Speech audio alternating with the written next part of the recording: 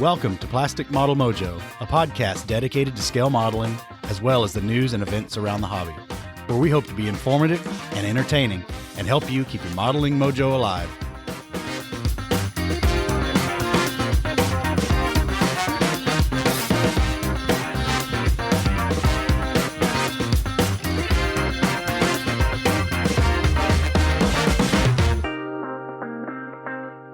Dave, we're back, and we're back for a big one tonight. We have got episode 50 of Plastic Model Mojo. Can you believe we've done, doing our 50th episode? No, I cannot. This is for some reason, round numbers are a big deal, and there's nothing more big deal than number 50. Well, and to help us get through this one, we got Jim Bates from Scale Canadian TV with us tonight. Jim, how's things out on the West Coast? Cold and rainy. But I also can't believe you guys did 50. No end in sight. I mean, we're not tired of this yet. And they don't seem to be tired of us. Not yet. Dave, to kick this off, what's going on in your model sphere this week? Well, the last 2 weeks have been a good 2 weeks. I've gotten modeling in. And in addition, we got to go to another model contest. Not only did we get to go to another model contest, we got to go to another model contest and sit right next to a faux Quolf 190. And, there's nothing get the blood moving than a room full of vendors, a room full of models, the life-size real things. It was fantastic. I've got to say, my mojo is flowing. Jim, what about you? I've been kind of in a down trough the last couple of weeks, and finally a little bit broke through that on Sunday, but I have 80,000 things on the bench, and I believe Dave officially said I am ill when I sent him a picture. He sent me a picture of what he claims is his current modeling desk, exactly as it looked like. I accused him of setting it up just as a joke, because, there's crap everywhere and there's not 2 square inches of surface that you can actually model on. Well, maybe that's the problem, Jim. Actually, I cleaned the bench last week. So, Mike, what's been going on in your model sphere? Well, other than the show, we'll get to that in just a second.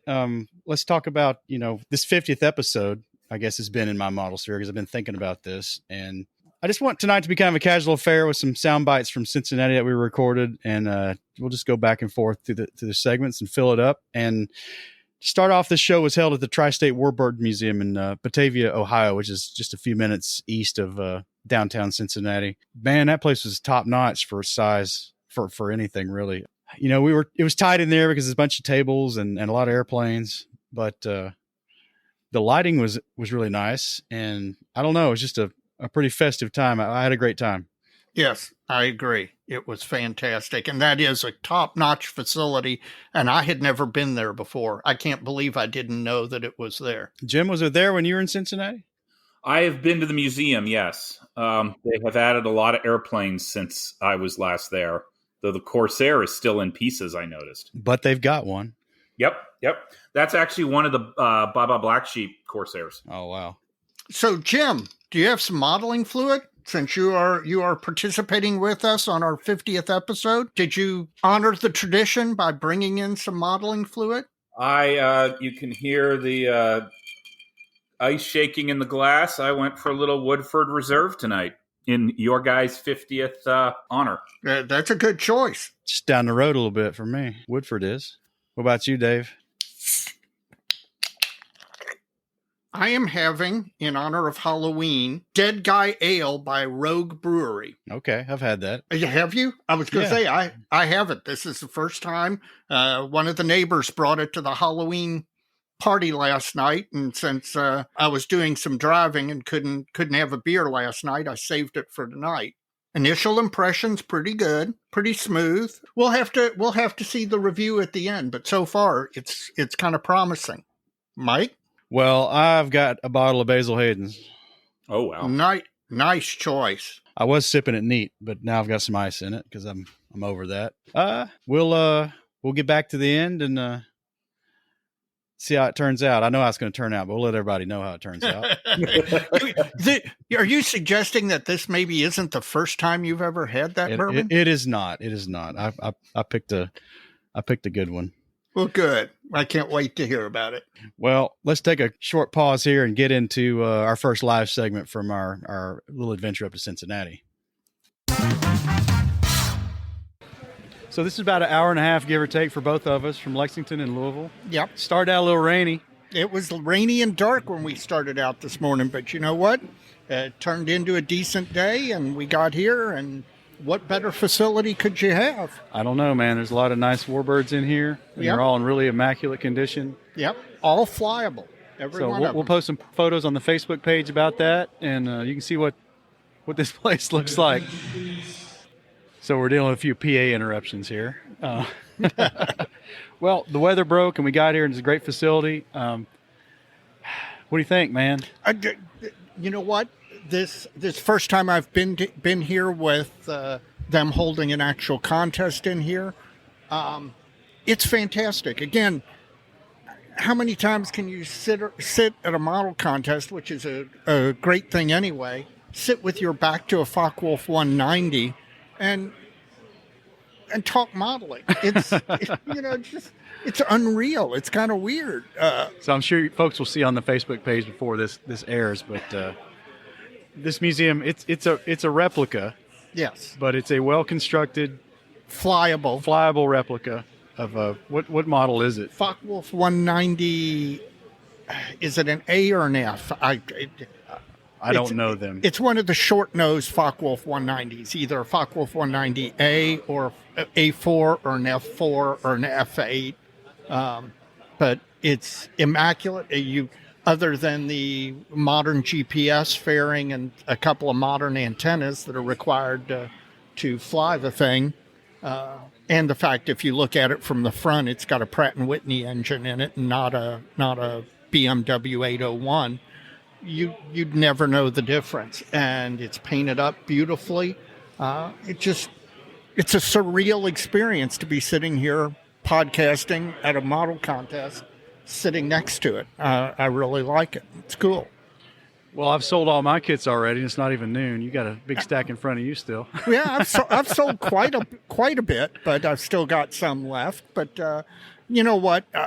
I vend just to have a table and a place to sit, and it starts conversations. It does. It really does. Which we've had a number of already. Yes, and that's the thing that for the last 18 months was really missing with all this COVID crap, is the fact that we missed getting together with other modelers talking models. Now, the podcast came along for us at just the right time. We launched it. We didn't know COVID was going to come and hit, but the interactions that we have with all the folks who listen and all kind of help make up for the fact that we weren't going to podcast or going to contests and getting to have this kind of interaction in person with people like the former IPMS USA president, John Nowak, who just happened to walk up to our table.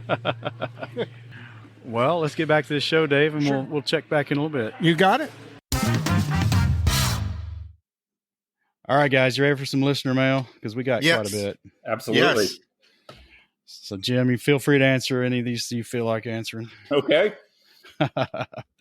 The first one is actually, he sent us two. David Waples. He's a off contributor to our listener mailbag. He's in the Denver, Colorado area. He leads a model ship club in the Denver area. It's called Mile High Model Ship Club, and he's got a blog spot address that I'll put in the show notes if anybody wants to check that out. He says that I'm not sure how deep you're headed into the model ship world. He's talking to me. But I would strongly recommend some of the multimedia kits made by Black Cat Models. They eliminate a lot of the photo etch bits and are excellent moldings and 3D printed parts. Well, I guess my interest right now is parts of ships in 72nd scale that have armament or aviation kind of parts of the ship. So that's kind of where I'm at. So I don't know about that. But he also hits you up, Dave. All right. Dave, if I remember right, you're interested in 172nd scale submarines. Yes. If so, and you like DOSWorks U9, you might find the UB1 offering from rcsubs.cz. So it's a Czech company that makes models and detail parts. Let's see. He says you can buy the 3D printed file from them, and print it yourself, or they'll print it for you. They do an excellent photo etch set plus turn brass parts for that one. One of their club members is actually printing it for him, and he looks forward to starting that soon. What are you about to say there? I was going to say I ran across that online. It's I think it's actually an Austro-Hungarian submarine, and it looks. I've seen pictures of it. Somebody's built it up, and it has that same steampunk look that the U9 has, and I got to say I'm interested, and his recommendation may just push me over the edge. Dave, how many 72nd submarines do you have? 72nd scale, I've got 5 different U-boats, the Gatto, the Skipjack, and a 72nd scale vacuum-formed Los Angeles class submarine that Mr. Groves is to blame for. So probably a dozen. Wow. Is that your cup of tea, Jim? No, not at all. I just, there's a part of me that's always wanted to do one of the U-boats. And one of the Revell kits has the markings in it for when it was used by the Canadian Navy. And they painted it, I think, red and yellow and then sunk it somewhere. So that's one that's been on my radar, but they're just so big. They are. And the Los Angeles one blows my mind. Yes. Well, Dave also says that RC Subs make some excellent and correct photo etch sets for a number of the Revell and Bronco kits. And if you want the sub to drive around your pool, Dave, they can set you up with that as well. That might, that I have the most understanding wife in the world, but that one might just cross the line. So I don't think I'm going RC in my pool in my backyard. Well, in his second email, he was commenting on the Dr. Strangerush episode, and he said he was taken back by one thing that John said, and it was the drain that your tank every 6 months bit. And he's like, did I hear that right? And he talks about a Phil Flory from Flory Models over in the UK. One of his "Don't Do Like I Do" episodes. I guess he had an air tank disaster. I'll have to go look into that. But Dave reminds us that most compressor manufacturers recommend you drain that tank after every use. Yes, they do. Actually, my Silent-Air, my Silent-Air Sil 20A, they recommend once a week if you use it regularly. Yeah, and I think that's the key part there is a lot of shop compressors get used every day for long hours. So yes. It's probably a good habit, and it's probably, manufacturer's recommendations. So if you want to be as safe as you can be, that's probably not a bad idea.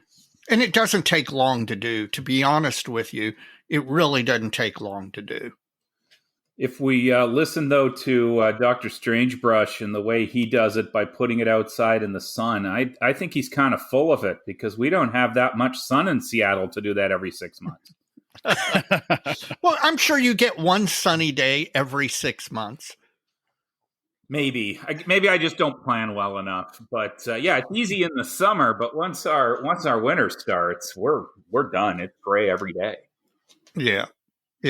I'll leave how often up to the individual modeler, but he is right about draining the tank.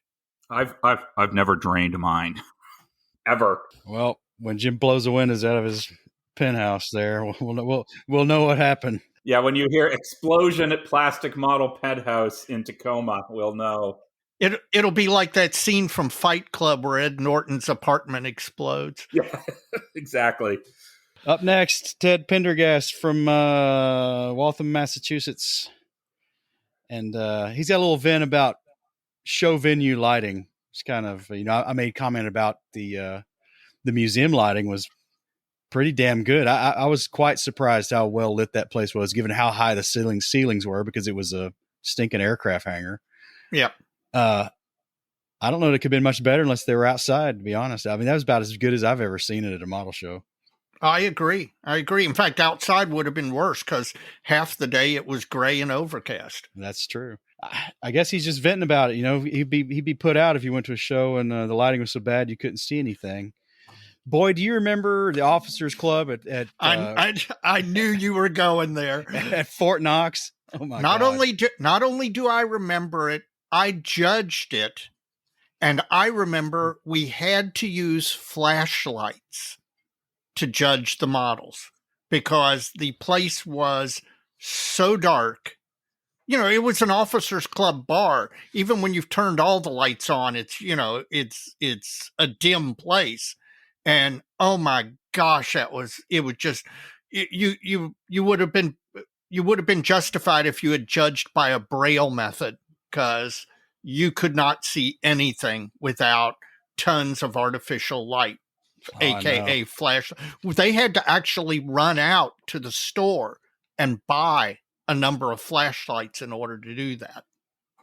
Well, you guys remember the Shriners building in Columbus, right? Oh, I'm Lord, convinced yes. that IPMS Columbus is a club full of vampires, because that Shriners building was in the dark, and then when they did one of the Nats, it wasn't really all that well lit. Right, because they changed the lighting. The hotel changed the lighting on them between when they signed the contract and when they held the show. Oh, is that what happened? Yeah. Okay. But yeah, that Shriners building was like you were in the dark. It was. And I remember they used to, after the first time, and it was so bad, they kept using the venue, and they tried to make it better by bringing in those industrial light stands. Yeah, that's right. But you just couldn't get enough light into the judging area, even with those things. It's probably throwing shadows too. That's exactly what it did. Well, I think we can all empathize with that one, man. That's a good point. Yeah. Yes. Bad lighting at model venues. Yeah. And I told, who was it? Somebody, we got a message through Facebook Messenger too. Somebody was talking about lighting, and I made the comment that, you know, a lot of these model shows are held in hotel banquet halls and school cafeterias where they don't want you to see the food. Yes. Yes, I was copied on that exchange. I remember it. But that's another thing, Mike. I know you didn't get to the R Club show this year. The lighting, and it's a new venue for us. And boy, the lighting was fantastic, and you couldn't have asked for anything better. So, you know, that was real encouraging. That was one of the things that caused our club to go and book it for next year right away. All right. Well, the Polish Coast Watchers strike again. All right. Let's see. This is from Ken Beckler from Polish Coast Watchers up in Peoria, Illinois. And it's back to those modulation sets I bought right before last episode. And Jim, I think you've bought a set too, the Mr. Color modulation sets. Yes, I went and bought the OD set after you mentioned it, so I blame you. Well, I'm still looking for the Russian green one. He says I should try Michigan Toy Soldier, which is not a bad idea. Where'd you get yours? Gundam USA, and they had all of the sets other than the Russian green. Okay, well, you got there right after I did. Yeah, and I think I found a Russian green one on like Amazon or something, but it was crazy expensive, like $30. Yeah, it's probably in Japan. Yeah. Well, I'll keep looking. If anybody else knows a source for those, I'd appreciate it, because I think it's a good value for the money considering how big the bottles are versus the regular Mr. Color bottles. Yeah. Up next, Robbie Naus from Arrowhead, Alberta, Canada, a.k.a. the Model Guy. Robbie's got a well-written email to us about glossing versus not glossing before decals. And we had some comments about that last time. And again, I'm gonna defer this one because we are working on a episode with Dr. Strangebrush about decaling. And, you know, we mentioned there were kind of two schools of thought here, and all things equal, do you really need to do it or not? And there's a big debate around that. And sometimes it's ugly, sometimes it's not. But anyway, glossing versus not glossing before decals. And he actually, I will mention one thing he talks about is, you know, debate the point and not the person, you know, play the puck, not the player. Ooh, a hockey reference. Well, he's from Alberta, Canada. Yeah, good Canadians. We got to work in some hockey, eh? There you go. I find this debate interesting because do what works for you, you know? Like, I'm a gloss guy, but I'm old. So, you know, if it works without gloss, cool. If it works with gloss, cool. Do what makes you happy. Well, I'm going to tuck this one away because I want to bring this one back out when we talk to John next time. So, Robbie, thanks for the input. We appreciate the email. He's really looking for substantive answers to get to the meat of what he's talking about here. You know, a comment like, I do it just because I do it, or it always works for me, or I've never had issues. Those aren't really answers, right? Right. Those are just hyperbole around the topic. So yeah, I want to revisit that, but I don't think we're gonna get to the meat of that tonight. But we've got that episode in the works. We really do. I promise. Oh, here's a good one. All right. Tim Nelson from Kirkland, Washington. Hey, too tall Tim. He insists that he's just right sized him. Yes, he does. And he claims there's another guy in our club who's too tall Tim. So I don't know. I still think he's too tall Tim, but whatever, eh? Well, he appreciated the shout out with the What's Your Plan episode. Still waiting for those royalty checks to come pouring in, he says. Mm-hmm. He may have a long wait. So he gives some background information. The original context was the IPMS Seattle August 2020 newsletter. So this wasn't that long ago. He posed the question in the context of folks stockpiling kits and fearing to build them until they get better. So the logical question was, well, how will you actually get there? And he went on, he says a litany about modeling fears and how he worked to get over them or start to get over them with the intent of not putting pressure on anyone to just do your thing. And if it doesn't better your enjoyment of the hobby, don't do it. If it does, well, that's the whole point, right? And he gives us the excerpt from the article, quote, so if you're putting stuff off until you, quote, get better, what's your plan to actually get better? List your fears and perceived weaknesses and develop your plan to confront them. There's no pressure or rush. It's just a hobby, but decide what will allow you to enjoy modeling to its fullest.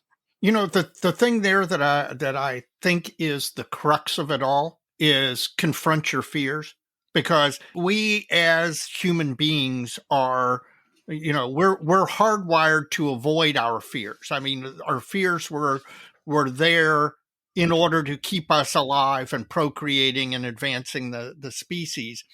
And the modern version of us is that you become risk averse.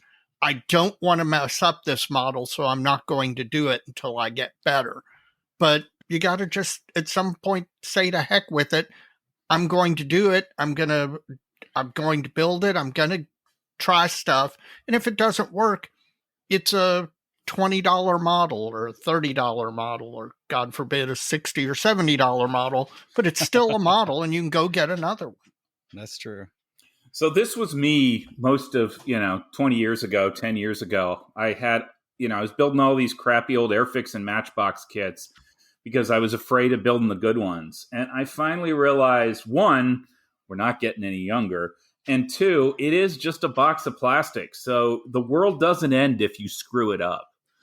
And, try it. And if you fail, oh, well, if you succeed, awesome. And it was interesting to see Tim write that, because having said that so many times, I had this kind of like magical thinking of one day I just wake up and be a better modeler. In fact, I still hope for that. But you're not going to get better by building. And Dave and I've talked a lot about this. I think the only way you get better is building a lot. Yes, I completely agree. And, magical thinking doesn't do us any good, because, just sitting around avoiding building isn't going to make me better. Yep. And not only that, but you then feel worse about it because you like your hobby, you want to do your hobby, you're not doing your hobby, and then you feel bad about not doing your hobby. And that Jim and I have talked about this, that can enter a cycle where it feeds back on itself. Right. And can rob you of the joy of the hobby. Well, and the other thing that kind of jumped out with me is this whole, and I've said it a million times, I'm afraid of airbrushing, or I'm afraid of canopy masking, or I'm afraid of decals. And when you sit down and think about it, that's kind of the dumbest thing ever to say, because what's a real fear? Cancer, death, illness.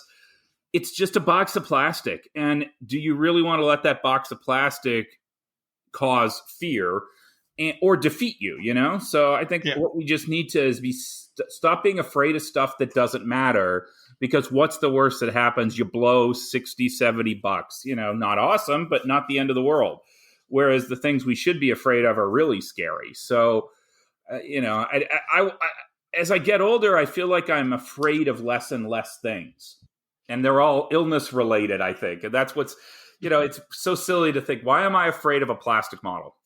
Well, this next one's close to home or close to my heritage. It's Joel Sherwood, who's written in before from Irwin, Tennessee. That's a neighboring town from my hometown of Johnson City, Tennessee.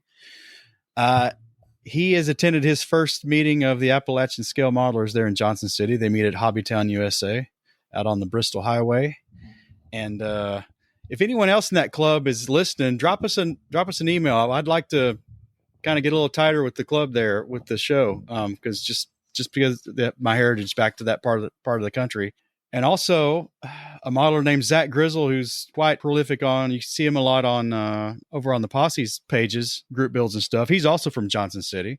And I hope those two can get in the same orbit sometime soon and see what happens with that club. I'd like to see that club prosper and grow. And certainly got two new additions there that hopefully I've steered them to that show. I don't know if I can take complete credit for it, but good on them. Glad to join in that club. Next is David Mason from the Mid-Michigan Model Makers. And he said, we'd love to have you if you want a different show location. And he sent their show flyer.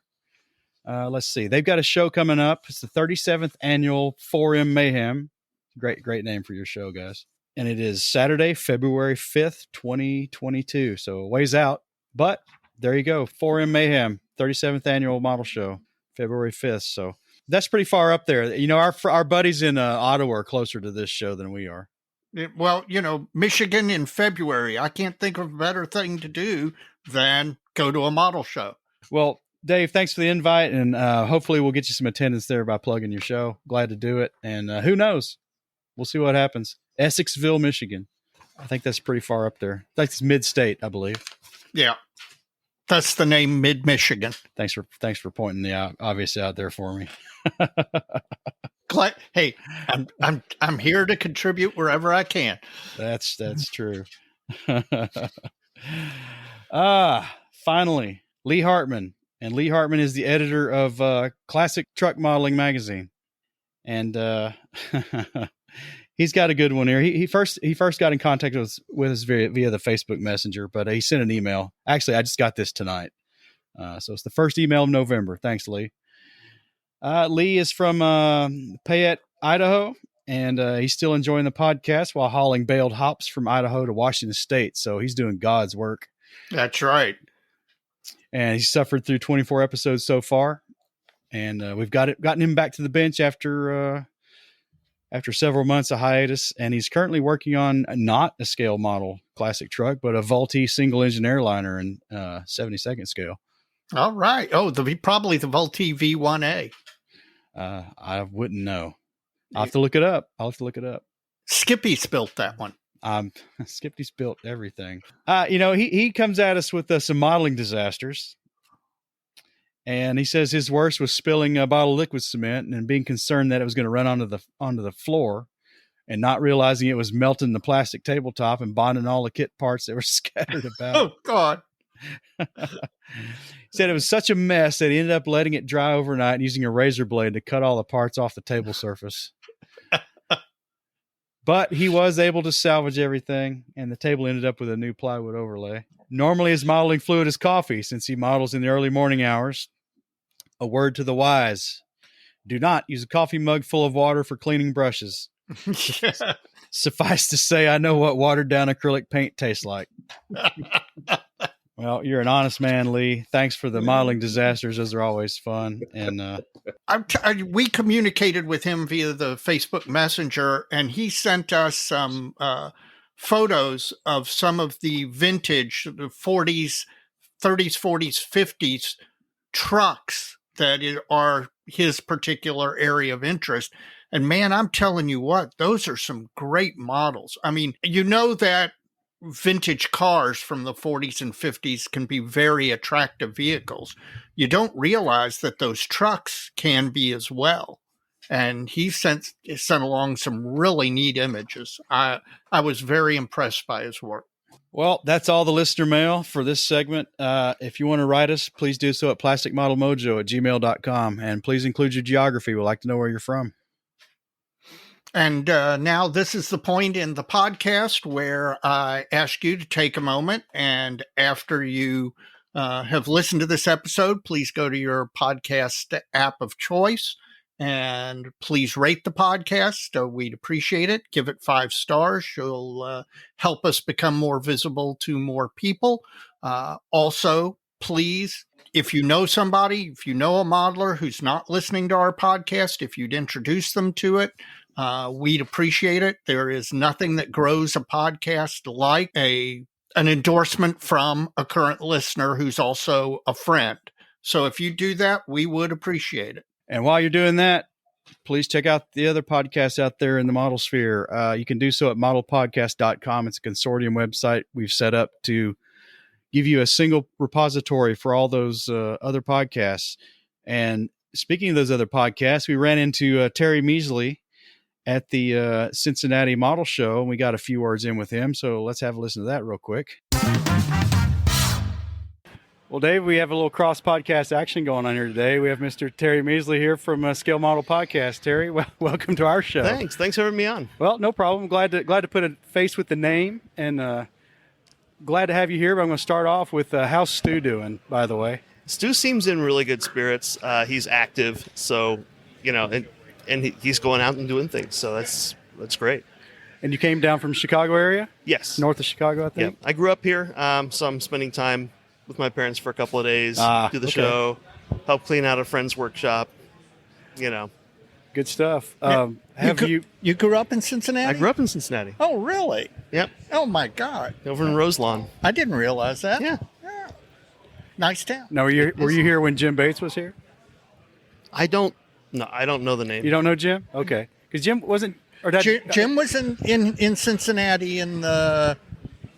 I guess it was the 90s. We'll have to ask Jim when it was. He's our third wheel. Yeah. All right. Yeah, I left Cincinnati in 95. Oh, okay. No, you all might have overlapped at some point. You all might have passed each other. There are a lot of people I've met since that I should have known when I was a kid, but we're like 2 or 3 years age difference, and when you're a kid, that's huge. It's huge, yeah. Yeah. Huge. It's not like being an adult. Or you might have passed him in Boardwalk Hobby Exactly. one day. Yeah. Yeah. Well, what do you think of the show? What about this facility? Its facility's great. We're all just tucked in. We're here in the nook between a Focke-Wulf 190's wing and fuselage here. That's don't lean back. No, we don't want to damage this and pay for it. No, this is kind of cool. It is. You lean back a little bit, you touch the wing of a Focke-Wulf 190. I mean, Rest your head on the elevator. There you go. How many days do you get up and get to say that? Right. Probably never. Yeah, so I remember his collection when it was over at Blue Ash, and he just had a few planes. I think it was an FRU 5 he had. Is that the one in there? No, that one he sold. I'm pretty sure it was a 5 because it had the dual intakes. Oh, okay. Yeah. And then bought this one. They're restoring the FG1. FG1, yeah. Yeah, it's all opened up. It's fantastic. I'm going to get some pictures of that. Yeah. Yeah, I'm sure Chris Wallace wishes he's here to see that. Yeah. We'll get some pictures Well, I for took him. some just a minute ago. Good. Well, Terry, you got any entries? Did you bring anything to enter? I did bring. I brought. I'm competing. I brought 4 science fiction entries. Okay. You will have seen those at Wonderfest if you were there. We were there. We were there. Yeah, they were We over weren't on the there long. judges' tables. Okay. And a non-competing B25 because we're the podcast sponsoring Yes. the best B25 award. Oh, cool. Yeah. We sponsored the show as well, but I don't think we sponsored an award. We No. may have. I don't think, but just to help them out because we're here. Yeah. We're at this show almost all the time, Right. and It's a good show. it's a good show.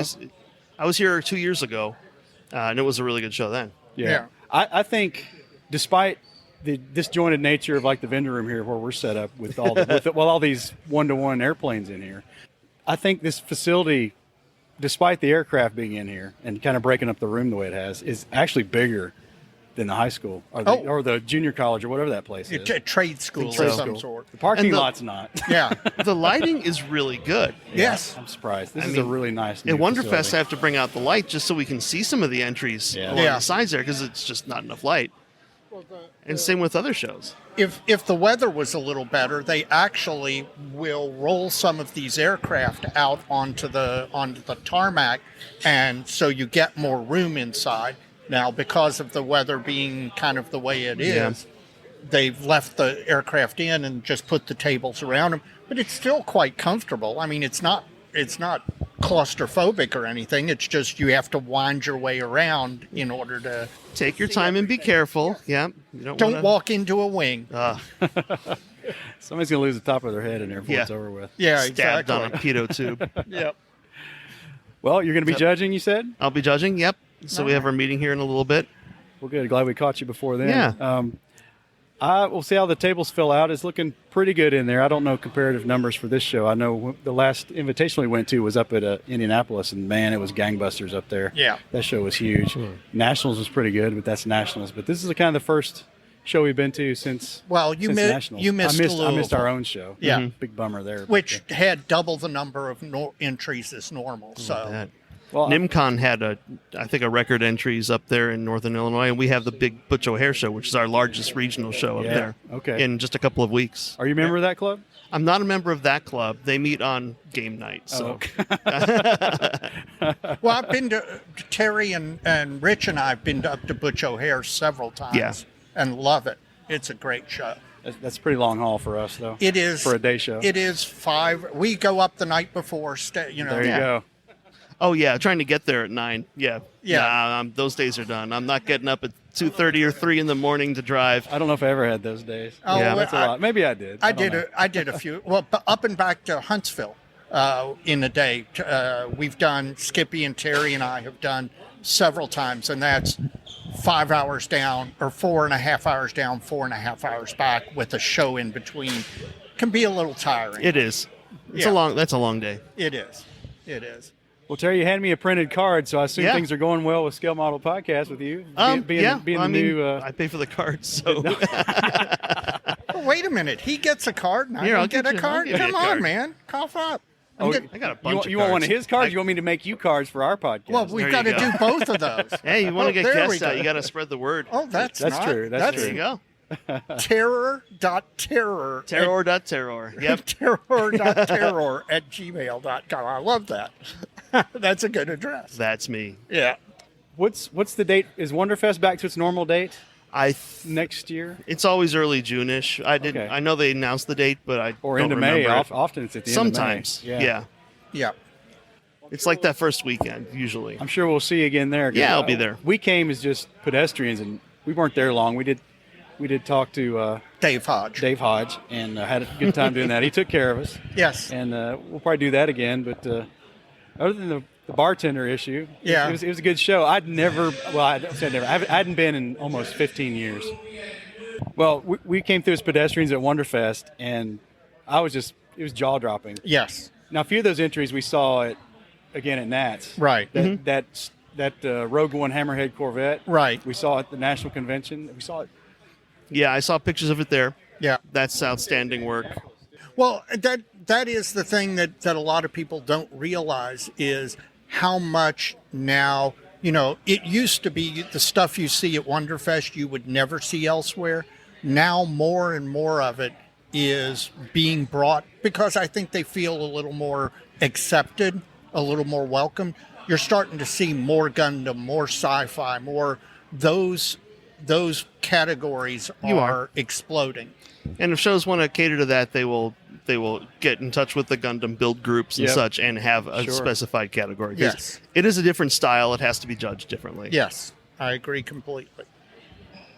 Well, Terry, All right. thanks for joining us. Good to Yes, see you. good to I hope see you. to see you at Wonderfest here Yep. in the spring or early summer, and we'll let you get on. You got a judges meeting about 15 minutes. You Yes. might want to grab a bite to eat and Yeah. other stuff. Or grab another Something. kit. I know Yeah. you need to get another Oh, kit. I way overspent at NimCon, so I've got to be careful. All right. Well, Thank you you. take Okay. care. All right. Thanks, guys. You're welcome. Well, it was good to meet Terry up there. Put a name with a face. He came all the way down from the Chicago area, but I think his like he said, his folks still live there. In addition to the podcast, please check out all our blog and YouTube friends. Got Stephen Lee with Sprue Pie with Frets and Chris Wallace with Model Airplane Maker. Stephen's got a blog and Chris has a blog and a YouTube channel, both worth checking out. We've got Mr. Jeff Groves, the Inside Guy, and all things 72nd scale. We also ran into him up at the show in Cincinnati. So let's take another quick break and listen to what Jeff had to say to us. Well, Dave, look who showed up in Cincinnati, just like he said he would. Yeah, not only that, but he brought along a few goodies for you. Well, Jeff, thanks for bringing those books. I hinted at in the last episode. You're the only person I know when I say I'm going down a rabbit hole actually hands me a shovel. You can never have too many rabbit holes. You never can have too many rabbit holes. I'm not sure he's handing you a shovel. I think he's handing you a steam shovel. I think you're probably right. It's all really interesting. I didn't know I liked ships so much. There's a backhoe in there somewhere There is, for so you. I appreciate it. So No problem. I No gotta problem. make sure I dive into that a little more this time. Yeah. Well, now you're just about ready to pull the pawl back out, right? Yeah. So That one's pretty tame, though, because I don't have a lot of reference on that catapult system. As does anybody else, really, apparently. Yeah, there's not a lot on the Paul. Not a lot. Well, Jeff, how's the blog going? The blog's going okay. Just about to the end of the year with it again. Passed my 1,000th blog post in, I want to say, August.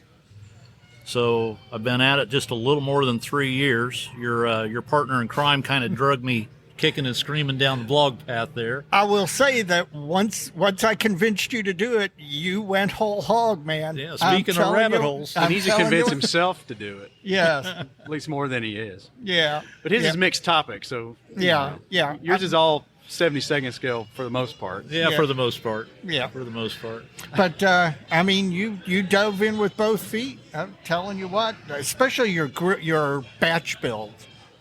What's the last batch build you did? I have just finished up some Polish campaign armor. Brought a TKS to put on the table here that's about the size of your thumb, it turns out, in 70-second scale. And did some German vehicles. And I'm actually working on some dioramas and bases for those with cavalry mixed in. Oh, okay. Oh, that's cool. Now, are those most of them the first to fight kits, or? Some of them are. Some of them are. It's an interesting line. They've got some stuff that you just don't see kitted anywhere else. Right. Now, are they, how to say it? They're obviously they're scale models, but are they geared toward the scale modeler or like the wargamer or somewhere in between? Or? Probably somewhere in between. They're a little bit simplified for what we would typically do, but they can be dressed up. Okay.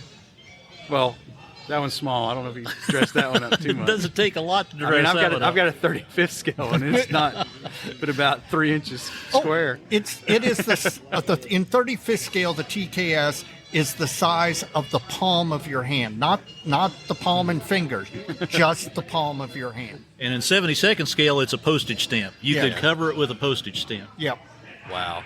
Well, it looks sharp. I got some pictures of it. I hope they turn out. Great. It's a new phone, a new camera. Anything else in the blog that's coming up you want to talk about? I've got no big plans, just trucking along with it. It's fun. As long as it stays fun, I'll keep doing it. Where are you getting most of your, when you do a photo feature like a walk around or whatever, where are you getting your photos for, you focus on, let's say, a TBM or an F4F or whatever. Where are you finding those photos? I find most of them online in various places. There are a lot more color photographs out there than people generally think of the World War II topics. That's what I find amazing. Yeah. That's what I find amazing is you come up with all of these period color photographs from World War II that, frankly, many of them I've never seen before. Well, you probably have, but they've been tucked away in various places. And if you put them all together, a lot of times you find out that hey, there's actually 3 pictures of this same aircraft, and one of them's from the other side that you don't normally see. Oh, gotcha. So if you can hook that stuff together, that's one of the quandaries of modeling in general is you get one picture of one side and you're guessing as to what the other side looks like. Yeah. So when are we going to start getting YouTube videos? Oh, I've actually thought about that, but something would have to give if we went down that rabbit hole. Well, it's not like you're building a new house or anything. You've got plenty of free... It kind of is like we're building a new house or anything. But plenty of free time. Yeah. But Jim puts together something it looks relatively simple to put together. I bet he's got a lot more back time and thought and editing into it than it looks like, but it's a nice conversational style. Well, and his stuff, what he's doing, he's only now starting to get into the editing. He was shooting those as pretty much single takes and not doing much of any editing or cleanup. just in the last episode, he has started to do video editing, and he's really, I just talked to him yesterday, and he is now just starting to get into learning the video editing in anything like a detailed way. Well, apparently all you need is a cell phone and a tie-dye T-shirt. You can you two can Pretty be much. a YouTube star. Yeah. And unfortunately for him, a lot of free weekends. Yeah, there you go. There you go. But well, it's the thing about you take a look at Plasmo or Martin Kovac Night Shift. Oh yeah. I don't think people realize how much editing time goes into making those. Well, and the production values on those are just top drawer. Exactly. You can stand those up against anything on YouTube, and they stand up well. Yeah, whereas doing a blog, it's, it can be a little bit of time, but it's not that kind of time commitment. Yeah. Well, don't make it so hard you stop Yes. doing anything. Exactly. I enjoy your blog, and we're glad to plug it every episode. Well, I do appreciate it, and likewise, I often am at the bench listening to you guys rattle on, so that's tell a good thing too. Tell everybody your blog firsthand. What's it called again? Inch High Guy. It's on WordPress.com. I post something every day, sometimes meaningful, sometimes not, but something. Always meaningful. Well, you're a 70-second skill guy. That's right. That's right. And as it should be, that's always meaningful. Yeah, all the guys on the blog are Inch High. That's right. Well, thanks for stopping by, Jeff. Good to see you again. Thanks for having me. Thanks Always for the a pleasure. books. I'll get them back to you next time I see you, I hope. Yeah, well, let me know what the next rabbit hole is, and I'll bring a different I don't shovel. need any more. All right. Thank you. Bye-bye. Bye-bye. And last but not least, Jim Bates of Scale Canadian TV, who just happens to be in the third chair tonight. Jim, tell us about your blog and what's going on. Well, I shouldn't probably talk about my blog because it's been a while since I've updated it, but I do these ridiculous YouTube videos where I try to work up my scale model. Imagine if they talked about scale modeling on the sports talk show. That's what I'm trying to do, and work out my comedy routine. And I just hit episode 40. I can't believe that I, have done 40, that anybody's watched them. And then I've also got a blog that I need to work back up. And one of the things I'm thinking about doing as time goes on is working in a little bit more historical stuff. So the next video I drop might be history instead of modeling. And while we're here, I'm going to say, absolutely check out Chris Wallace, the Model Airplane Maker's cockpit painting video. I thought it was awesome. It was. Don't you have a show coming up, Jim? Oh, well, then I'm going to switch hats and stop being the crazy sports talk guy. Yes. So I am a member of a non-affiliated club called the Northwest Scale Modelers. We are based out of the Museum of Flight in Seattle. And it's not the Boeing Museum of Flight. People love to call it that. It is a private entity. And our club does 2 shows there. And I am now in charge of the mini show, at least this year, if not forever, which is November 20th. And what we're going to have is probably 20 modelers building and displaying. If anybody is interested in joining us, we still have space available. Shoot me a message at rcaflawyerpilot@gmail.com. And if you're looking for more information about our show, you can look at Northwest Scale Modelers, mwsm.club. And that's our website. It has lots of good information. But our big event is in February. And Tim just told me the other day, I guess we just call it our February show. And that is where we have somewhere between 1,000 and 3,000 models on display. We have seminars, we have builders, and that's a whole weekend in February. And I hope I can come talk about that. I was informed just this week that the aforesaid Too Tall Tim runs that show, and I was expecting to take over. And I thought it'd be 2023, but I guess I'm on the hook for 2022. So don't speak up. You end up with big jobs like running shows. Now, Jim, that show in February is a little bit different than what most people think of as a model show. It's in a museum, kind of like Cincinnati was, with tables out everywhere, but there's not a contest other than picking like the direct one award. There's only a single award, right?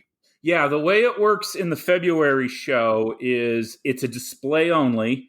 We're trying to promote the hobby. It's our outreach. So we usually have, I would say, average about 15 to 1,800 models. That's a normal number. We have modelers building. We have occasionally in the past, we've had a make and take, but I think the museum's doing that now.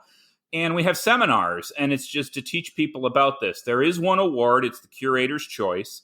And as I tell everybody, if you want to win that, build something really big that's built by Boeing. That's the only way it can happen. So if you've got, a 1/32 scale B-29, you're golden, you're in.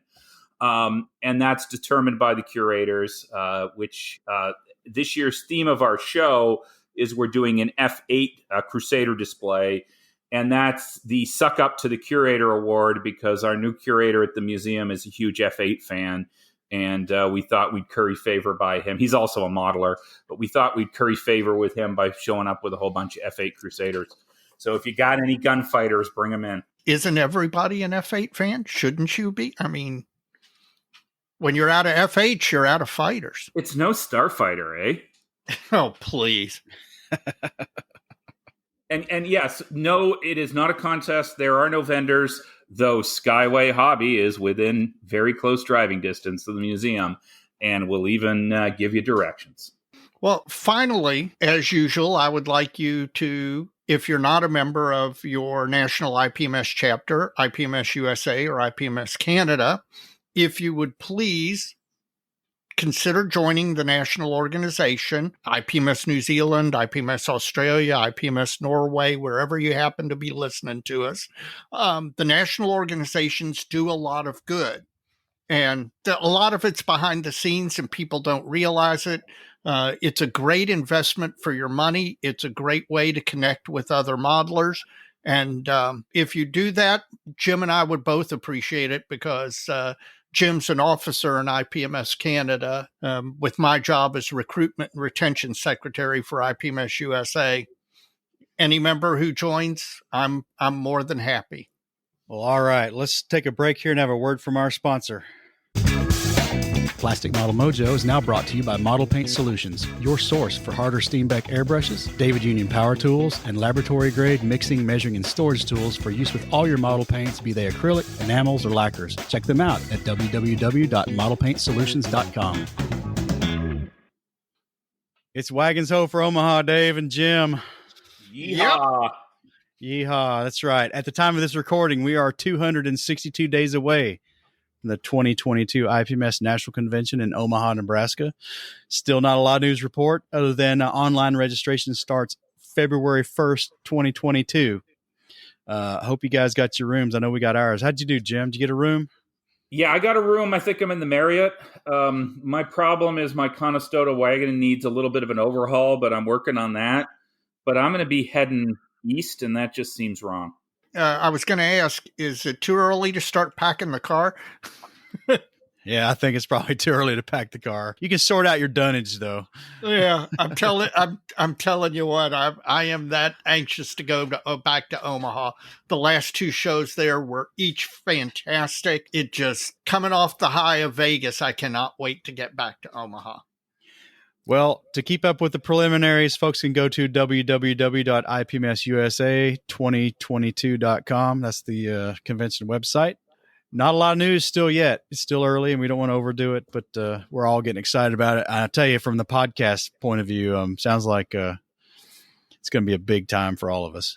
Almost everybody's going to have a representative there, assuming the Australians are able to break out of jail. And the Canadians.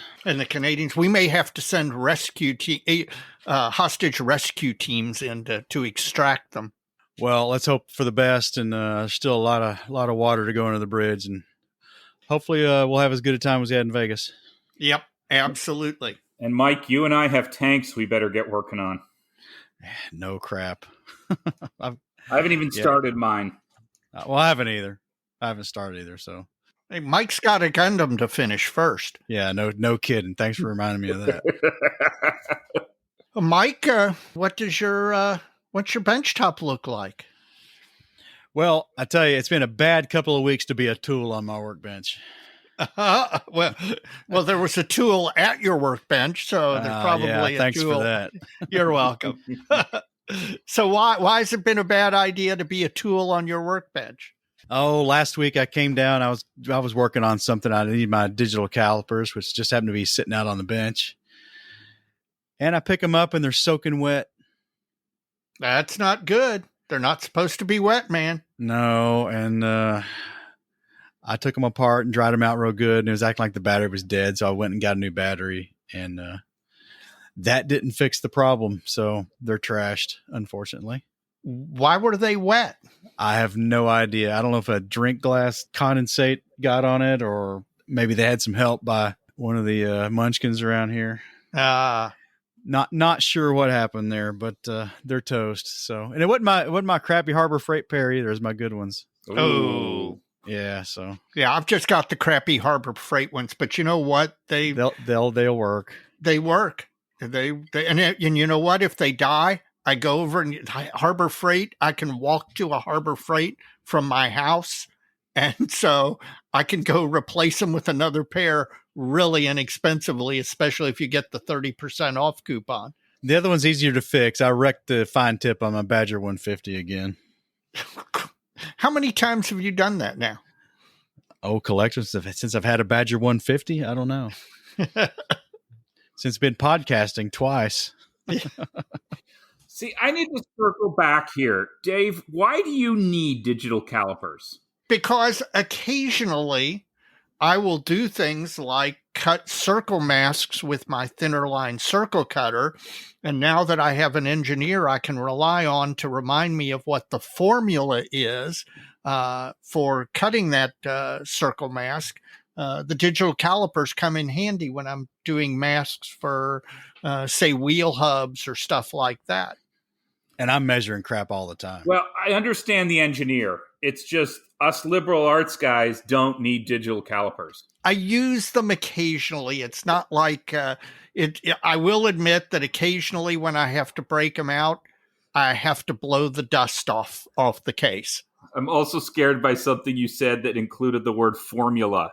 And unless you're talking about baby food, I don't want to hear it.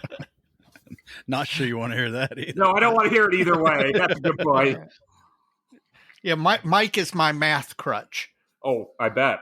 Well, another thing I've done in the bench area is I got a low temperature dehumidifier for the Mojo Dojo, and I tell you, something's happened over the last couple of seasons, and my basement's been noticeably more damp over the last couple of fall winter cycles, and it's been running about 67 Fahrenheit in the basement and about 55% relative humidity, which is kind of crappy.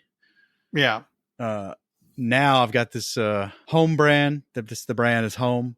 Low temp dehumidifier, and now it's about like 73 Fahrenheit and about 35% RH down here. The dojo is feeling rather balmy now. Kind of nice down here. So if you're in a basement by choice or by relegation, a good purchase if you think it's a little damp down there. It's damn nice. Now back on the modeling front, about the only thing I've gotten accomplished is I found a way to do these paper labels on the inside lids of the two open ammo boxes for the ZIS-2 project. That's been kind of working out kind of well. So yeah, go ahead and describe in a little more detail. You've got two ammo boxes and the lids are open, and apparently on the inside of that lid was a pasted paper label. Okay. What was it, like? Some sort of information. Yeah, it's just some information. So my option was just to paint it on there and put the decal right over it with all the wood grain. I didn't think that was going to look too good. So what I did was I took some 5,000 styrene, the really thin stuff from Evergreen, which is still overscale for a piece of paper, right? Right. Even in 35th scale. But anyway, I thought it would probably be okay. And I cut it to size and I grabbed it by the tweezers just on the very corner. And I completely buttered it up with, to me, extra thin cement. I mean, it was like dripping off the corner. That's how much I put on there. Yeah. Then I placed it on there and I let it sit. And it kind of conformed to the boards, the planks of the ammo box lid, and not so much of the wood grain came through. And I actually think it came out pretty darn good. So now what's left to do is just to paint those, which I've done. I've mixed up an off-white and I painted those patches of styrene off-white, and they'll get a decal right on top of it. There you go. Paper label. Paper label. There you go. And there are tons of boxes and crates, the military boxes and crates that have those type of things, on the inside lid. So that's a nice little tip. So other than that and breaking tools, that's about all I got. Wait a minute. There's one more thing you did that tortured you intentionally tortured a tool. And I think that this was a rather interesting use of a broken tool. And that being? You took an old aluminum X-Acto handle. You're talking about my obsolete X-Acto handles getting used for lathe practice. Not much to tell there, really. So the tools, when you approach the bench, the tools are afraid because they know if they don't conform, they might find themselves chucked into a lathe, or broken or turned into chips. So there you go. So again, other than recovering from broken tools and my one little project there on the ammo boxes, that's about it. And let's go to Jim next. Jim, what do you got going on? Oh man, I am not living life well. About 2-3 weeks ago, hockey season started, and I made the mistake of buying ESPN Plus, and I am just sitting on the couch watching hockey rather than modeling, and haven't felt much mojo to get there. And then it kind of hit me over the weekend. So I pulled out about every started kit. So there's so many things on my desk right now, as Dave had mentioned earlier. And what I'm realizing is I think when I get to the end of a project, I lose interest in it. And then I want to find something else. Like, I think I'm more of a construction guy than a finishing guy. So what I need to go do is box everything up and focus on my tiny Razor Crest, my T-3485, and my F8F Bearcat, get those done. And then I can pull all the other cool things I want to build, like a Saber or a Lancaster or a Piper Cub, pull those out and do those at that point. Well, you know, on the plus side, Jim likes to emphasize his negatives, not his positives. On the positive side, you finished a model recently. In fact, I think you featured it on the last episode of Scale Canadian TV, right? I did. I got an ICM Firebee to do through IPMS USA, which it's going to be a review for them. And I finished that last week. And it was a little bit of a test bed for the Tamiya LP lacquers. I have long rhapsodized about LP11. And I got to try I think it was their flat red or their gloss red. I forget what it was. And it was really nice. And I've always struggled with spraying red. And I actually put it over gray primer and didn't have too thick a coat. It was great. So where this is leading to is I'm going to need a Canadian trainer in the queue soon, as we'll see how Tamiya's lacquer painto yellow works, because the red was nice. I've also got some whites to try, so it's going to be some more experimenting. But yeah, Firebee, nice kit, very cool. There has been some shade thrown at me that I only built it because I didn't have to mask a canopy, and that is 100% true. Listen, you say that like it's a bad thing. I'm there with you, brother. I feel you. Now that's what, number 3 for you for the year? Yes, it's number 3. And it's another one of these models, and I find out the stuff I finish, and this is going to tie in all kinds of stuff we've talked about, is I was first inspired to build a RCAF Firebee, which is what I marked it up as, due to a IPMS Canada RT issue that I picked up in a hobby shop in Ottawa called Hobby House, probably in the 80s. And it was nice to finally have a cool Firebee kit to be able to finally do this all these years later. Well, Dave, what are you up to? Well, 5.9 on a good day. Now, on my bench, the Mosquito's moving along. I'm decaling after some initial difficulties. I'm in the groove. The decal should be on. Speaking of which, that raises an interesting question.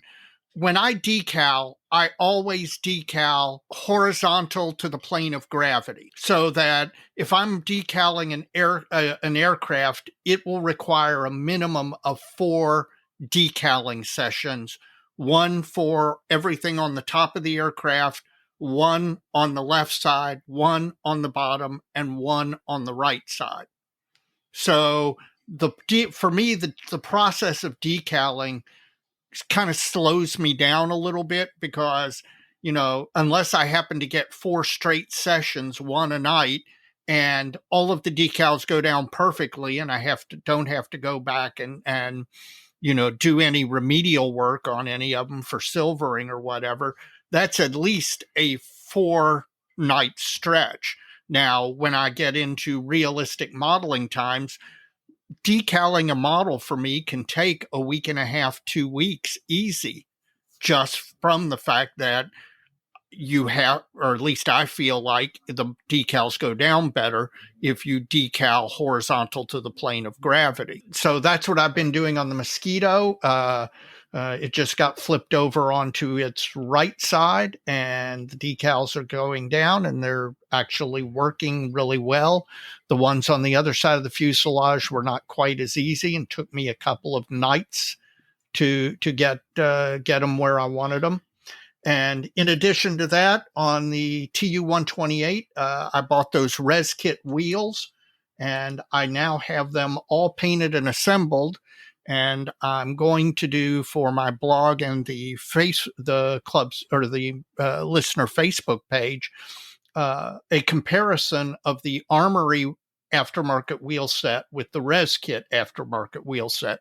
Spoiler alert, there is no question that the res kit ones are better, but you'll get to see that when I do the article and post photos. But while I'm not making as much progress as I want, and while I'm worried that my modeling dark time comes up because I rarely get stuff done between Thanksgiving and the new year, I'm making progress, and I'm hoping that I can get something over the line, because Jim has embarrassed me by finishing a model. Dude, you shouldn't be embarrassed by a guy who's finished 3. But hey, it's more than the one I finished. Well, yeah, that's true. And the none I've finished. Yeah, I was going to ask, what did you get the roundel to go over the raised area on the Mosquito, or does your Mosquito not have that raised area on the fuselage? No, it has that rate. In fact, that's the side I'm doing now. Yeah. And I got the roundel to go right over it, and boy, it went down beautifully. I mean, I was a little doubtful when I put it on last night. In fact, you and I were talking when I was doing that. And I was watching the Kraken hockey game, and I think, were watching the Habs get their heads stoked in. Exactly. And man, it could not have gone down over that little ridge any better. It adhered to the point where I don't have to go back and do any follow-up work.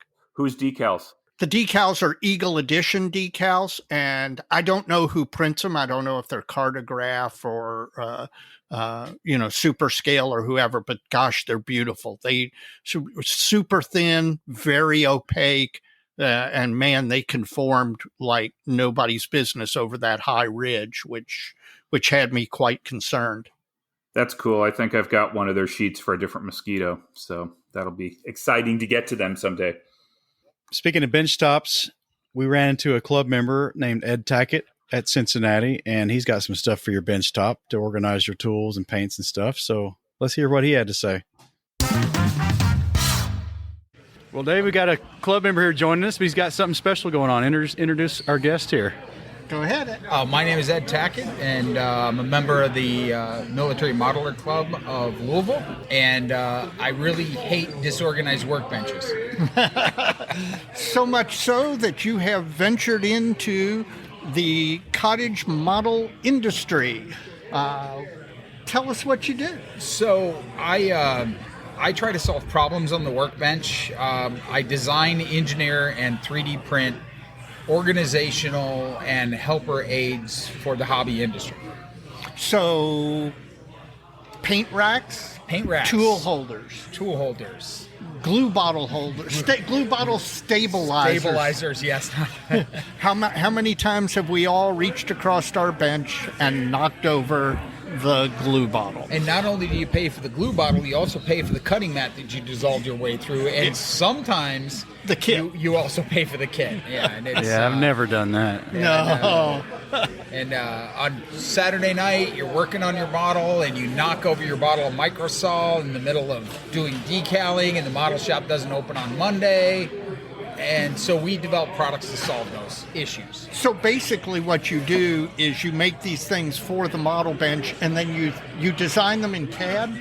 Yes. And then 3D print them. And then we 3D print them, and sometimes they have other accessories. Like we have some of them that have ball bearings in so that you can move them easier, or they have clips that would be like alligator clips or smooth jaw clips. So we're really looking for things that make the job of modeling easier. So everybody's done the ocean of road wheels. Yeah. Right? And how do you hold them? How do you fixture them? More importantly, how do you get them into your airbrush booth? And then how do you let them dry? And so we have a device called the Octo for that, and we can do eight road wheels at a time. It has a bearing in it. It's easy to spin. It's easy to use in an airbrush booth. It was easier for me. I got tired. I put my road wheels first time I ever did them, and my first tank I did road wheels on was a Panther. So I went into the deep end of the pool right away. Yes. And I did the foam and the toothpick thing, and I got them all painted, and they were drying, and it promptly fell over. So I said, well, let's solve that problem. We get a lot of emails from users, and they'll say, I have a gentleman, for example, that is he has a sight problem, and he asked if could you guys print a holder for a specific type of paint he uses, but I need it in a really bright color. So how did you get into 3D printing? So back in 1992. Oh, wow. Yeah, I've been 3D printing for over 30 years. I worked at a university, and a large corporation had a 3D printer that they couldn't make work. So they gave it to the university, and my director at the time said, Ed, it's got a computer in it, so you know how to use a computer, so figure out how to use it. And I've been doing 3D printing since. I've done 3D printing on aircraft restoration. Yeah. Right, laser scanning. We scan the parts. I did the tail gear section for a Nakajima Zero, the only flying example. It was out of Seattle, and I print in titanium. I print in Inconel, and this is just something I'm very familiar with 3D printing technology. I know how to make the designs specifically for 3D printing. Right, and in the model industry, unless if you're a Tamiya, you have injection molding. Right. And you're going to go and buy a $600,000 tool, and you're going to make plastic products, and you're going to push them into the marketplace.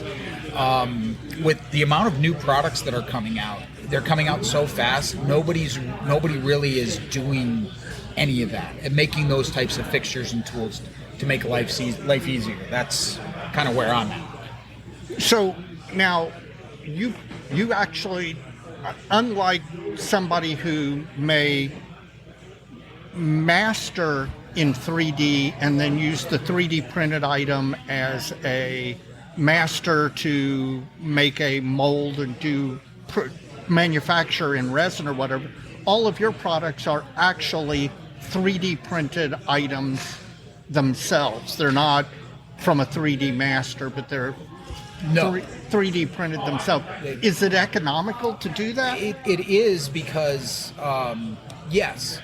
So you have to kind of do the cost justification. You have to look at how many products do we think we're going to sell. Now, whether you go to a silicone tool on that, or do you go to like a resin cast tool, or do you go to an injection molding tool? I'd love to be a big enough company to have injection molding machines running all the time, but that's not this industry, right? I don't see that type of uptake in the industry. Gotcha. And if we need to change the design, and we've all bought kits and we find an error on the kit, and the reason the vendors don't change that is because it's super expensive to change a tool. Right. All I really have to do is just go in and change the design in my CAD software, and I can print a new version the same day.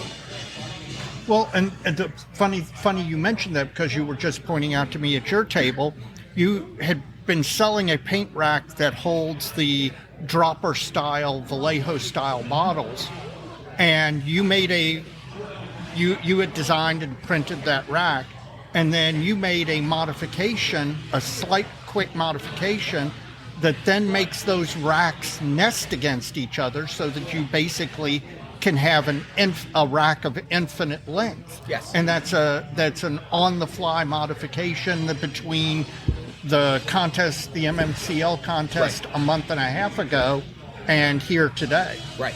Well, we introduced 3 new products at this show. Which were? The Microsol micro solution holder with two integrated brush holders. Yeah. We also have the new shader holder. Okay. So for the new MIG shaders, the problem with it here at the show is the shaders really haven't hit the retail market all the way yet. Yeah. But we already have a rack built for them. And that actually came from a club member. They emailed me and they say, hey, I bought a bunch of these shaders. They're all over my workbench. Can we do something? And within a matter of a day and a half, I had a first article prototype done. Good. And then the other one obviously was the paint holders. Yeah. Well, what I like about your paint holders, the Vallejo ones, is they, compared to like the laser cut MDF ones, they have a much smaller footprint. Yes. Some of that laser cut MDF stuff takes up so much space on the workbench. Yeah. Well, Ed, where can you find your products? So we have a website. It's tacketz.com, tacketz.com. We're online, quick shipping. All of our products are online there, and you can. And if you're a wholesaler, if you're a hobby store, we have a link to hobby stores. So we also wholesale through our website to hobby stores.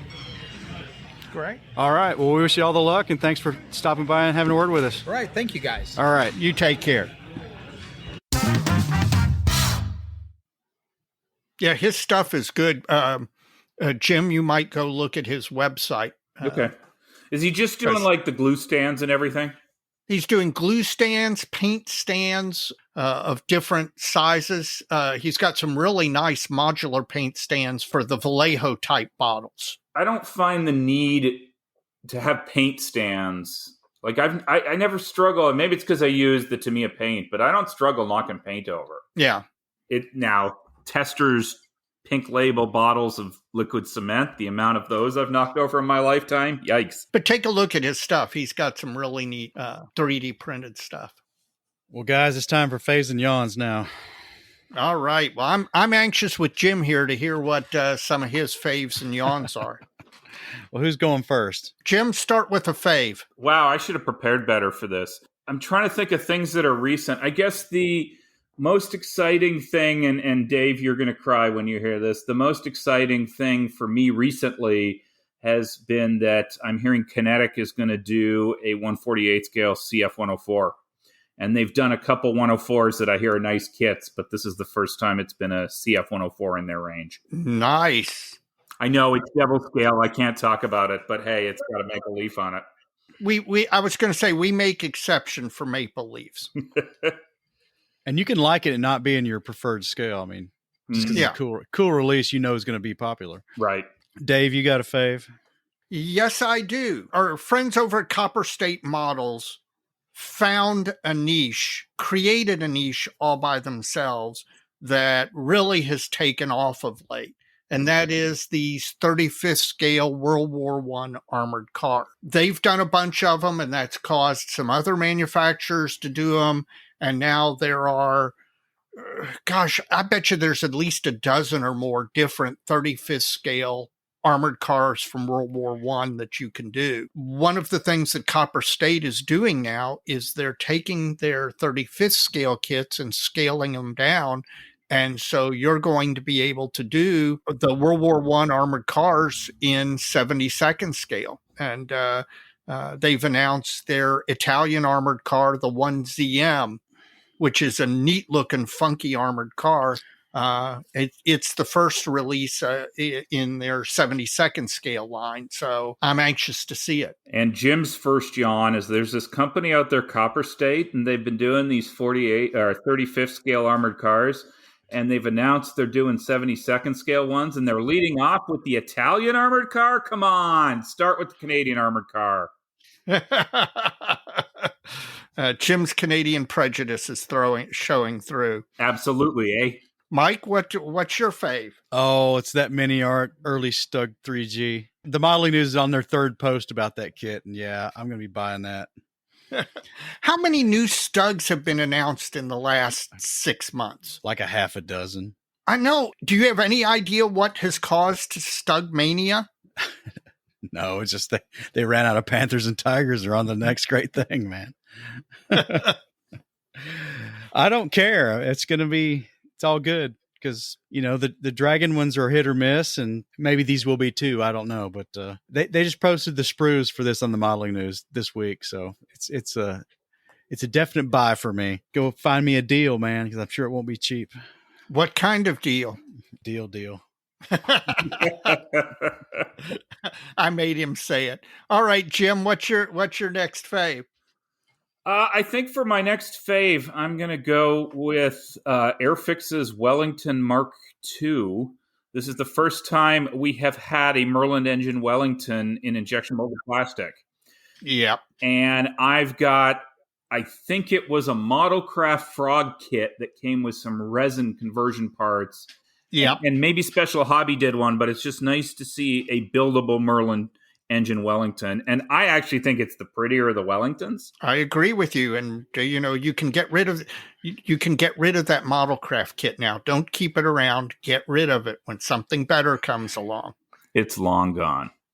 My next fave is this one is a fave not only for me, but it's one that hopefully will inspire Mike. Tacom has announced the 15 centimeter twin turret secondary armament for the Bismarck in 72nd scale. As you know, they did the Bismarck main turret, released the main turret, and now they're releasing the secondary armament. And the secondary armament was much closer to the catapult on the Bismarck. I mentioned that for no particular reason at all. It's not only I have to build a third of the ship to get to the catapult. No more than 15 or 20% max. Okay, well, we'll see. Well, I've got another one.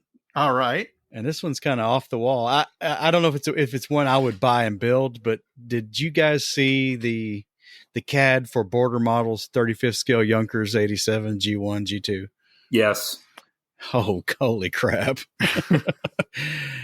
if it lives up to those renderings, oh man, what do you think, Jim? I think it's awesome. Other than the whole 35th scale thing is kind of weird. It is. I grant you that. But, considering they're adding a 32nd scale bomber to their lineup. Yeah, but yeah, if they can pull that off in plastic, man, I'd like to see what they could do in a more 48th or 32nd. One of the things I was kind of thinking about the other day is with looking at that and the surface detail on the Lancaster. Makes me wonder if it's just a lot easier to pull off in 32nd scale than it is in, say, 48 or especially 72. Oh, the oil canning stuff? Just the oil canning and the rivets and the lap joints, because, Edward did a lap joint on their Hellcat in 72, which at the time blew me away. But yeah, just some of the surface detail we're seeing in 32nd is stunning. I agree. So I don't know. It's a tank buster. So, I think it makes more sense for the Stuka than it did for the Messerschmitt 109. Yeah, I agree with that. That probably does. Yeah, I dread that they'll do like a Hawker Hurricane and we'll finally get a good Hurricane, only it'll be in 35th instead of 32nd. Well, but if you build it standalone, it doesn't really matter, does it? I guess that's true. Any more faves from you guys? The only other one I was going to throw out is Zvezda has reissued their C-130 as a stretched C-130J, which a lot of Canadian and British and Air National Guard modelers will appreciate. Yes. I'm not a big fan of the Hercs with the scimitar blades, or the stretched Hercs. I'm a more C-130H kind of guy, but I think that'll be popular with a lot of people. Dave, I suspect our yawns are the same, so I want to let you do that, and then I'm going to come back after you're done. I'm going to pick up one more fave because it's got a lot of content around it. So I don't think that your yawns are the same. What's your yawn, Dave? Fly is reissuing their Fiat G50 in 72nd scale. And listen, I have nothing against this kit. This is Fly is a good company. This kit is a good kit, but SBS released a series of Italian G50s in 72nd scale. And frankly, I'm not sure. And these are in resin. And I'm not sure that any injection molded kit is going to be better than what SBS has released. So while I'm happy that Fly has released it, it's kind of a yawn for me. Jim, you got a yawn? Well, sort of. My first one is I've said I'm not buying another kit again until Omaha. So that means I've made a very bad choice. But my real one, and yes, 4 weeks, I have not bought a kit. Yay. Amazing. But the other one is something that Stephen Lee brought up today. He posted a resin 72nd scale ferret armored car. And my yawn is we don't have a ferret armored car in injection plastic in either 72 or 35th. And I just don't understand it. We need that. I tend to rant. We need a best 72nd scale Centurion, but I think we need a ferret in plastic first. I agree. I'm amazed that there isn't one. Yeah, I think there's a couple like short run resin from the UK or Wargamer ones in resin from the UK, but I just want a plastic one. Well, I've got one more fave. All right. And it is One Man Army and their 32nd scale aircraft stencils and mask sets. And I think this guy's onto something. You tell people what that is and that you've got some and actually have looked at them. Well, these were announced on the modeling news, and they are for 32nd scale aircraft kits. They're full marking sets and stencil sets. His sets, you get all the national insignia and the numbers, and then you get the fine stenciling that's all over an aircraft, typically. His name's Sven. He's from Belgium, and it's an aptly named company because he's the only guy doing it, and he's under the gun to get a lot of stuff out, and it's really taking up a lot of his time. Because, like I said, I reached out because I was trying to get him on the show. And instead, he sent me some samples. He sent me some complete sets and then some sample packs, which we'll get to in a second. Again, they're mask sets for the national insignia, the numbers, and the fine stenciling. They're done in the washi paper, the rice paper, the kabuki tape, whatever you want to call it. It's all the same thing. I suspect they're laser cut. They're really finely done, especially the small stuff, the small stenciling. What we want to do is he sent me some complete sets and some samples, and we're gonna have our first giveaway, Dave, for Plastic Model Mojo in honor of our 50th episode. All right. So what I've got to give away is I've got 2 complete sets. We're gonna have multiple drawing here, and the winner will get his choice of BF 109 G6 or the F4F-4 Wildcat set. And again, those are complete masking sets for the national insignia and the small stencils. The first place winner gets the choice of the G6, 109, or the Wildcat. The second place winner gets the one not selected by the first place winner. And then the third and fourth place winners will get the 2 sample packs I have available. And those sample packs include 5 different small stencils. So it really gets to the meat and potatoes of this system that he's developed here. So you'll get to play around with the smallest of the markings in these sets. You're going to want to listen carefully here. So to get in on this, if you want in on it, send us an email to plasticmodelmojo@gmail.com. Now, that's an email, not a Facebook message, not a text message, not a, hey, Mike, I'm your buddy. You should have known I wanted to be in on this kind of deal. So please send us an email to plasticmodelmojo@gmail.com. Please put One Man Army in the subject line so I know that it's for this drawing. And then please put your name and geography in the body of the email. And we'll go from there. The winners will be selected at random, and we'll announce these in episode 52. So these are some really cool sets, and I'm sure some 32nd scale aircraft guys will love to get their hands on them and give them a try, because I think right now in vogue is to paint your own markings, right? And especially in 32nd scale. Yeah. Well, if you're going to do that and you're still going to do the stenciling, right now you're still stuck with doing decals for the stencils, which kind of defeats the purpose. Defeats the purpose, right? Right. So that's why I think he's onto something. And these things are really nice. I've had them in hand. I'm highly confident they'll work as he says they will. We're going to put these into the hands of some winners here and let you folks give them a try. That's great. All right. Well, our special segment tonight is Hanging with the Scale Canadian, which we've been doing for a little bit of time here. And to give a little more meat to this, it's kind of a I want to kick off a new segment here for the show, and it's not going to be a recurring segment. We're going to have a couple more over the next few episodes, and it's, we don't just build models. In this hobby, we build lasting friendships. And Jim, I know you and Dave have got one for the long haul, and we've become good friends too. I think it's one of the things that this hobby, it's one of the more enjoyable things other than actual building the scale models that this hobby has to offer. Well, I might say it might be more enjoyable, but it's amazing to have a hobby where we build these friendships. And, some of them, I've known Dave, it feels like forever. We still don't know where we met. And then there's people that I meet. I met Scott of the Plastic Posse for the first time in person in Las Vegas. And I already felt that he was a friend, and I haven't even met him. So it's amazing that we have this community. And really, that's what it's all about, because it's a pretty boring life if you're just sitting around building models alone. It's nice to have a group of people to talk with them and brainstorm ideas and have all these dreams and talk about future projects. And it's pretty awesome. As a group, what has amazed me is, in general, how good a group of people modelers are. I mean, I'm sure we have all run into that one character who, for whatever reason, insists on going through life angry or upset or whatever. But in general, modelers are a great group of people. And I think I've said it a couple of times here, is when I've run into listeners in person, because we're both modelers, we already have a pre-agreed set of interests, and so we kind of have a common language. And it's amazing how quickly you sit down and talk with some person that you've either never met, or you've exchanged a couple of emails or a couple of Facebook messages or something on some, obscure modeling topic.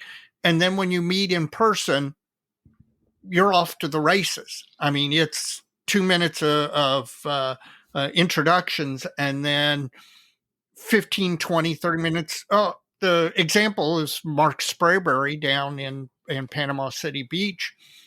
I just happened to be down there on vacation. He happened to live down there and listen. We met for, at a coffee shop, and an hour and a half later, you look up and an hour and a half has passed and you don't realize it, because you've bounced from topic to topic to topic, and not always model related. He works in the airline industry, and so does my wife. And so it's amazing how much you just bounce around. And modelers are generally just pretty darn good people. And that's cool. Yeah, I don't want to get negative, but one of the things that drives me nuts, and this is online, offline, is you hear all these stories. Oh, I went to an IPMS meeting, and you happen to run into the one a-hole in the club. Yes. Yes. And it makes me so nuts that becomes what a lot of people's perception is, and they don't get to have the ability to have the good relationships. Because, yeah, there's a few big jerks out there who's going to turn you off, but that is not the majority of modelers. In fact, It's a minority, but if you listen, through stories or online, it's the majority. And I wish we could flip that narrative to look at the positive rather than the couple jerks. Because there's jerks in modeling, there's jerks in sports, there's jerks in every area of life. And let's not give them air and build the positive. Oh, and I know... in club after club, I know that all these clubs, they have the one guy or the one or two guys, and the new guy comes in, and the rest of the club is in fear that they're going to get buttonholed by the one or two guys that are cranks and ruin the guy's impression of the club and ability to come back and desire to come back. So yeah, no, there are people, just like in any human endeavor, there are people out there who aren't as pleasant. But as a group, I've got to say, I think modelers are above average in being good guys. Yeah, the other thing that I have noticed is we have a Tuesday group of modelers that get together, and we get together at Dr. Strangebrush's Secret Lair and talk some modeling, and then we go out to lunch. And both before the pandemic and for a while when we had a little more opening up here, it's interesting to be with a group of men, 4 or 5 guys, and a lot of the men coming into the restaurant and trying to find a reason to have a conversation with us, because they're trying to figure out, why is there a group of guys hanging out together? We don't see that as much. And I think there's a lot of guys who feel pretty isolated. So it's nice to have a group of people you can talk modeling, and as you said, non-modeling as well. And well, I'll tell you, big example of that hit me from Vegas was sitting around with all the Septemberists in our hotel room, drinking beer and bourbon, which may have helped. And honest to God, we've got 2 doctors, 3 lawyers, an engineer, a logistics specialist, and we're bouncing from topic to topic and just having the grandest of times. And those are the evenings that you remember warmly long afterward. Well, and that's something that I've been trying to say with regard to the Nationals, is I think a lot of people, and there's been a lot of discussion after the Nationals that focus on judging, and I'm just not a part of that. That just doesn't exist in my world. I don't care. It's a plastic toy. I know for some people it's important, and if it is, that's cool. But what they're missing is, it's not the judging. It's not, did you win? It's sitting around, hanging out with your buds and having a good time. And I wish more people would see that as the positive, rather than the anger of, well, I won or somebody else shouldn't have won or blah, blah, blah. Just enjoy the relationships. I completely agree. Well, Dave, we've told our story on here several times, and we've heard your and Jim's story a couple of times, and I just want to use this as a kickoff, because there's a couple other modeling friendships out there among some of the other podcasters that I'm going to be bringing onto the show, hearing their story and their journey is how they became good friends from this hobby. So I just think it's a really cool thing. And I think, Jim, you're right. I think we all go through that contest thing, and we get to a point where it doesn't matter so much anymore, and we really appreciate all the peripheral stuff around it instead. Yeah. And I think that's a good point. Yeah, I have an overwhelming memory of sitting in a bar with Dave at Omaha, I think it was, and a Canadian modeler named Will walks in and says, "Every time I'm in this bar, you're here." And I'm like, well, number one, I'm a lawyer. I've never passed a bar in my life. But number 2 is, dude, every time I'm here, you're here, So it's fun. And that's somebody I've seen a few times at model shows. And it's just fun to even have that camaraderie with somebody who's not a close friend who you see once a year. It's fun to have all these different relationships, and it's been through modeling. And, I've never won at a Nationals, but I've had a great time every time. Literally, if I list my best friends in the world, pretty much without exception, they're all modelers. Just because they're the closest friendships I have, the people I interact with the most, some of the best people I know. And, it's maybe popular right now to denigrate social media and the internet and technology and all, but there is a plus side. I mean, we've got friends in Canada and England and Australia, people that there is no way I would have ever interacted with were it not for this modeling community. And man, that's awesome. It's added to my life, to my happiness. Well, expect a few more episodes with this topic kind of worked in. We're going to talk to some more folks, and it's just a great thing. So we're going to move on now, Dave. So how's that beer working out for you? You know what? I am actually officially taking the last sip.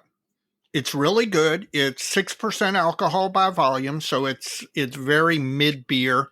It's not something that'll kick you in the head. It's an ale, so it's not hoppy. If you don't like hops, this is probably a beer you would enjoy. It's very smooth. It doesn't knock Gumball Head off the winner's stand, but It's a very drinkable beer. Rogue's Dead Guy Ale. Yep, Rogue's Dead Guy Ale.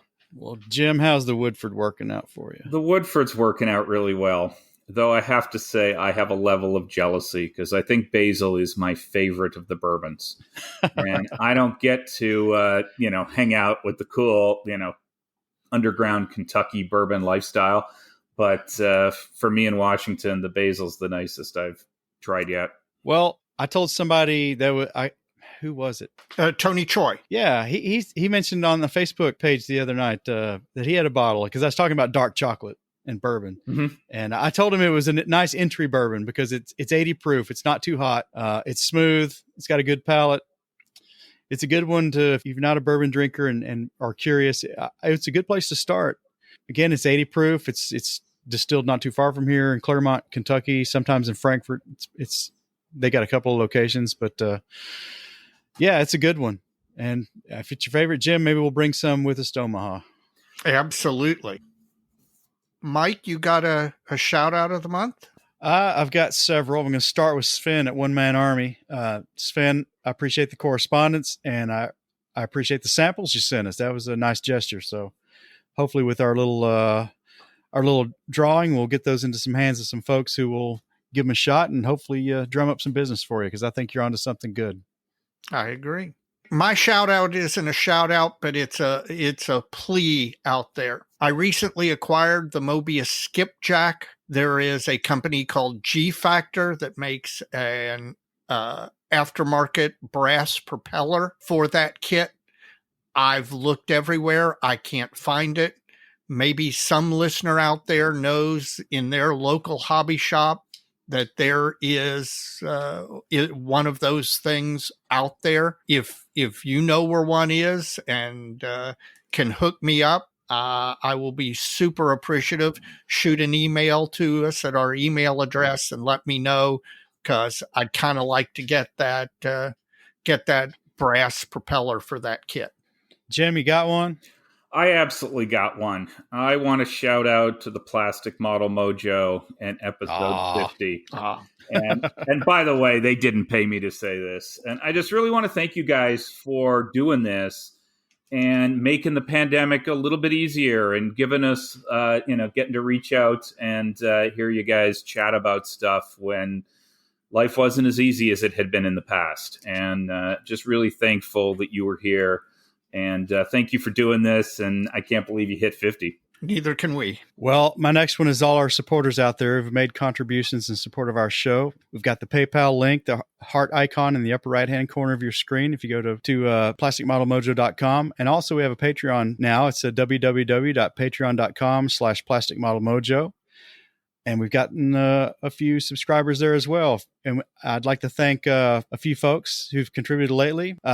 Primarily, first up is Philip Lafreniere from France, all the way from France. We've got a listener in France, Dave. Is that donation in francs? Oh, no, wait, I guess it's euros They're on the euro, but it's not. It's in dollars. And I'm kidding. Yeah. Philip, it's funny. Counting him, we'll say he's a friend now. I got 3 friends in France, and they're all named Philip. What are the odds of that? Yeah. Also, Lee Hartman from Classic Truck Modeler Magazine has come through for us and gives us a little support. And Gary Salzmacat also coming through as well. So thanks, guys. We appreciate it very much. Well, my next shout out is I would like to thank IPMS Cincinnati for hosting the contest recently and for accommodating us and getting us a really cool table with a warbird to have behind us, made a nice backdrop, and the guys in Cincinnati put on a really nice show, and it had a great time. I don't have anything but great things to say. So Don and the gang, thank you very much. Jim, you got another one? I don't have any more, so I'll just pass it back to you. Well, I've got one more, and we'll probably be done. Finally, I'd like to thank Gloria Restrepo for accompanying Alex to the Cincinnati show.